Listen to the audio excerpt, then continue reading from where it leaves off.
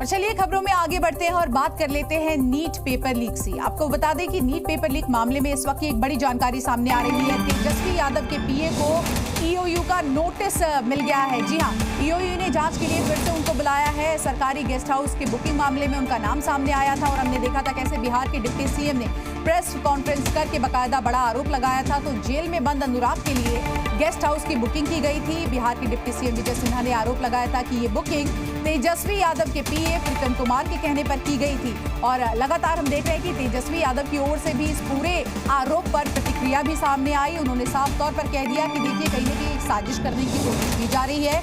लेकिन इन सब के बीच अब ये बड़ी जानकारी एक बार फिर से पूछताछ के लिए बुलाया गया है।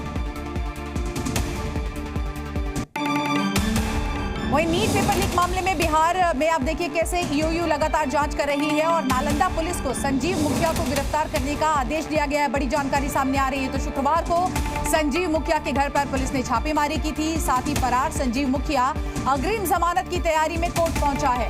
उधर ईओयू अब संजीव मुखिया के घर की कुर्की की तैयारी कर रही है। इन सबके बीच पुलिस को संजीव मुखिया के साथ राकेश रंजन, चिंटू, पिंटू और आशुतोष की भी लगातार तलाश है।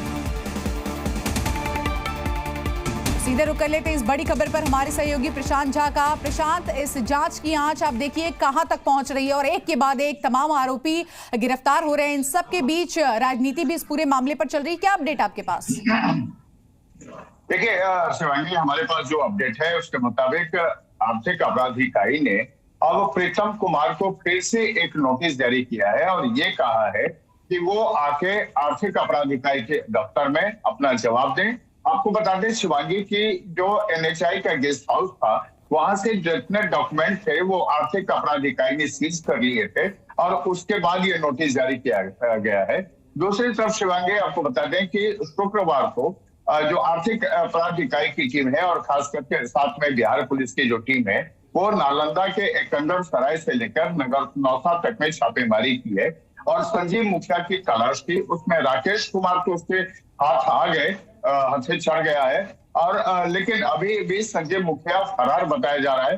आपको बता दें कि 2012 से लेकर अब तक संजीव मुखिया गिरफ्तार नहीं हुआ है। उसके पहले एक बार वो गिरफ्तार हुआ था लेकिन उसके बाद वो गिरफ्तार नहीं हो पाया है और लगातार पुलिस इस बार कोशिश में जुटी हुई है, खास करके ईओ की टीम। ठीक है प्रशांत, अब बने रहिए हमारे साथ क्योंकि गुजरात से लेकर बिहार से लेकर अब इस जांच की आंच झारखंड तक पहुंची है। नीट पेपर लीक पर एक बहुत बड़ी खबर इस वक्त सामने आ रही है। सूत्रों के मुताबिक झारखंड से ये पर्चा लीक हुआ था। वहीं ईओयू के रडार पर रांची का एक प्रोफेसर भी है। जी हाँ, सूत्रों के मुताबिक प्रोफेसर ने ही व्हाट्सएप पर नीट का पेपर भेजा था। वही मास्टरमाइंड संजीव मुखिया से पटना रांची के सॉल्वर की मदद ली थी।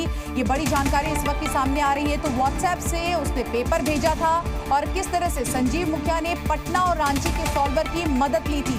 तो इस जांच की आंच अब एक के बाद एक अलग अलग राज्यों तक पहुंच रही है और झारखंड में भी आप देखिए रांची की बात सामने आ रही है जहां पर एक प्रोफेसर ईओयू की रडार पर है। सीधे रुक कर लेते हैं प्रशांत झा का इस बड़ी खबर पर। प्रशांत, आप देखिए गोधरा से लेकर चाहे बिहार की बात कर ले और अब ये रांची का प्रोफेसर, इनका भी नाम सामने आ रहा है। कई कबूलनामे भी हुए हैं और साथ ही साथ ये भी कयास लगाए जा रहे हैं कि और भी लोगों को इस पूरे मामले में कहीं ना कहीं नोटिस भेजा जा सकता है। जी बिल्कुल शिवांगी, और आपको बता दें कि रांची के रिंग रोड पर जो एक होटल है उसी होटल में ये पेपर लीक की पूरी योजना बनाई गई थी और उसके बाद पेपर लीक किया गया था। और वहीं से जो प्रोफेसर है जो जिसके बारे में जो जानकारी मिली है कि वो प्रोफेसर ने ही ये क्वेश्चन पेपर सबसे पहले भेजा था चिंटू पिंटू का मोबाइल पर। उसके बाद ये सिकंदर के मोबाइल पे आया था और वहां से फिर अमित आनंद और तमाम जो गिरोह के सदस्य हैं उन तक ये भेजा गया था।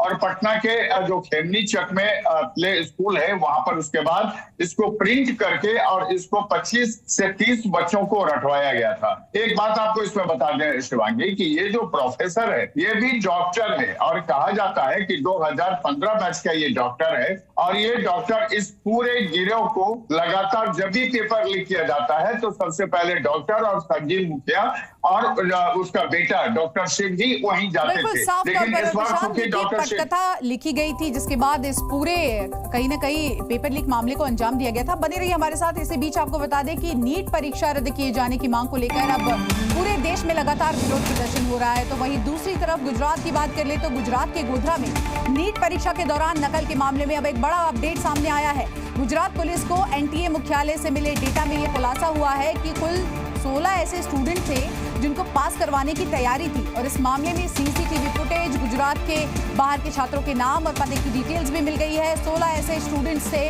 जिसमें से 10 गुजरात के हैं जबकि 6 स्टूडेंट्स अलग अलग राज्यों के हैं। सभी को पूछताछ के लिए बुलाया जाएगा। तो एक तरफ रांची में आप देखिए एक प्रोफेसर रडार पर है।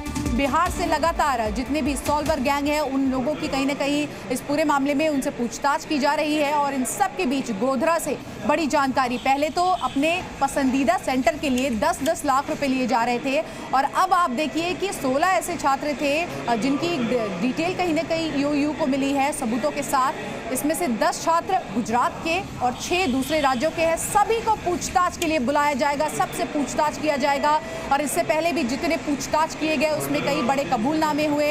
उन्हीं की बिना पर आप देखिए कि और भी ज्यादा लोगों पर कहीं ना कहीं इसकी नकेल कसती जा रही है। रडार पर कई लोग हैं, पूछताछ के लिए बुलाए जा रहे हैं, छात्र से लेकर उनके अभिभावक। और इन सब के बीच पेपर लीक के खिलाफ सरकार ने एक बड़ा कदम उठा दिया है। बड़ी जानकारी इस वक्त की, सरकार ने नया कानून लागू कर दिया है नकेल कसने के लिए। पेपर लीक को लेकर लोक परीक्षा अधिनियम 2024 लागू कर दिया गया है। बड़ी जानकारी आपको बता रहे हैं। 1 साल से लेकर 10 साल की सजा का इसमें प्रावधान होगा। 10 लाख से 1 करोड़ तक का जुर्माना भी संभव है। वहीं एग्जाम सेंटर के खिलाफ भी बड़ी कार्रवाई होगी। तो आप देखिए किस तरह से पेपर लीक हो रहा है और उसके बाद पेपर रद्द कर दिया जा रहा है। इन सबको मद्देनजर रखते हुए अब पेपर लीक के खिलाफ बड़ा कानून, जिसमें आरोप अगर ये होता है कि पेपर लीक है, डमी कैंडिडेट है, तो सजा होगी आपको 10 साल। पेपर लीक किया जाता है और जुर्माना 1 करोड़ रुपए है। वहीं डमी कैंडिडेट बनकर अगर कोई एग्जाम देने जाता है तो 3 से 5 साल की सजा होगी, 10 लाख रुपए का जुर्माना उन सभी लोगों पर। इन सब के अलावा जो सेंटर है,